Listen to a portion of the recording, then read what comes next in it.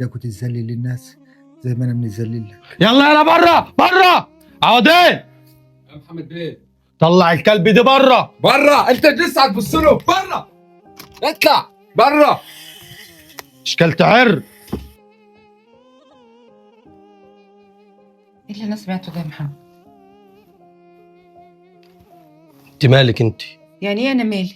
شغل وانا حر فيه. حرام عليك، الراجل غلبان وشكله مسكين وكده وطالب منك خدمه، ما تقفش جنبه؟ بص يا مرات ابويا، ده شغلي وانا حر فيه، انا عارف انا بعمل ايه كويس. دلوقتي بقيت مرات ابوك يا محمد؟ كان زمان بتقول لي يا ماما، دلوقتي بقيت مرات ابوك؟ والله يا مرات ابويا انت مش تعملي راسك براسي. انا يعني عندي شركات، انت هيلا عندك شركه واحده. طب ما انا شريكتك في اللي انت بتحكي عليه ده. شركتي ايه؟ انت هيلا عندك شركه واحده، الشركات كلها بتاعتي انا. يلا يا مرات ابويا شوف انت رايحه فين. يا محمد اتقي الله يا محمد، اللي انت بتعمله ده غلط، ربنا مش هيبارك لك في شغلك. انا عارف انا بعمل ايه كويس، مش انت اللي هتعرفيني الصح من الغلط. اتكل على الله يا مرات ابويا. الله والله اخدك